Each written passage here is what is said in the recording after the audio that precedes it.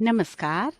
आज मैं आप सबके लिए एक प्यारी सी कविता लेकर आई हूँ। कविता का शीर्षक है शाम एक किसान और इसके कवि हैं सर्वेश्वर दयाल सक्सेना जी। तो मैं आपके लिए ये कविता पढ़ती हूँ। आकाश का साफा बांधकर सूरज की चिलम खींचता बैठा है पहाड़, घुटनों पर पड़ी है नदी चादर सी, पास ही दहक रही है पलाश की जंगल की अंगीठी। अंधकार दूर पूर्व में सिमटा बैठा है भेड़ों के गल्ले सा। अचानक बोला मोर, जैसे कि किसी ने आवाज दी, सुनते हो? चिलम औंधी, धुआं उठा, सूरज डूबा, अंधेरा छा गया। बहुत ही प्यारी कविता है जिसमें कवि ने जाड़े की एक शाम का वर्णन किया है।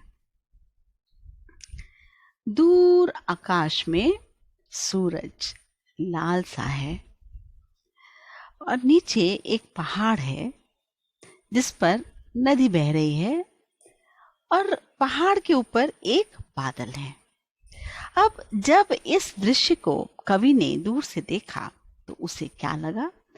उसे ऐसा लगा जैसे कि वो पहाड़ ना हो के वहां पर कोई किसान है जिसने साफा पहन रखा है बादलों का, और शायद किसान ऐसे बैठा है और उसके घुटनों पर जो चादर है वो उसे ऐसा लग रहा है उसे चादर डाल रखी है। वास्तव में वो क्या है? वो नदी है। तो पूरा जो दृश्य है जो प्रकृति का कि पहाड़ है और बादल है और नदी है, उस पूरी चीज को उसने मिलाकर देखा जैसे कि किसान बैठा हो चादर डाले और वो चिलम पी रहा है अपने आप को गर्म रखने के लिए। चिलम किसकी पी रहा है? जैसे कि सूरज की चिलम पी रहा है। सूरज लाल सा है, से चिलम सा दिखाई दे रहा है और पूर्व की ओर अंधकार है। तो वो कैसा दिखाई दे रहा है? जैसे कि भेड़ होती है जो उसकी जो खाल होती है उसके ऊपर रुई जो आ जाती है ना।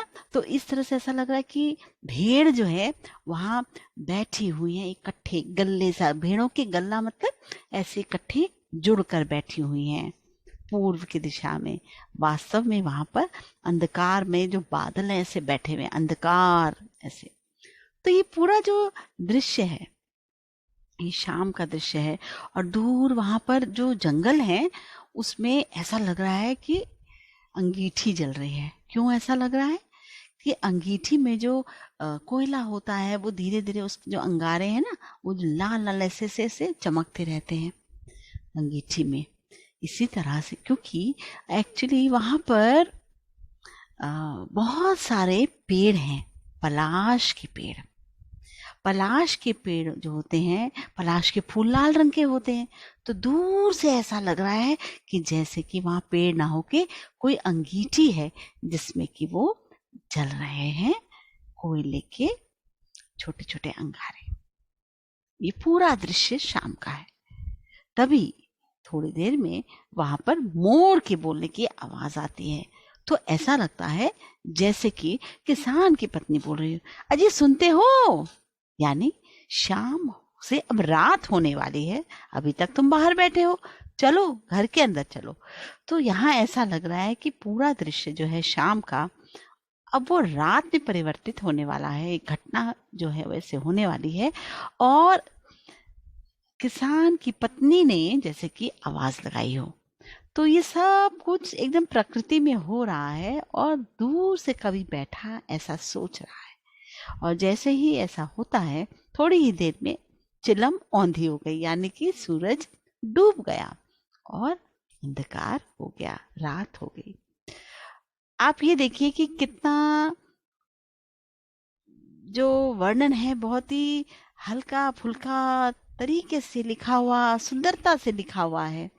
और इसको पढ़कर ऐसा लगता है कि हम वाकई उसी दृश्य में पहुंच गए हैं। तो आपको ये कविता पसंद तो आई होगी और साथ में इसे समझ भी आपको आ गई होगी कि कविता में क्या चीज़ है जो आपको इतनी अच्छी लग रही है। धन्यवाद।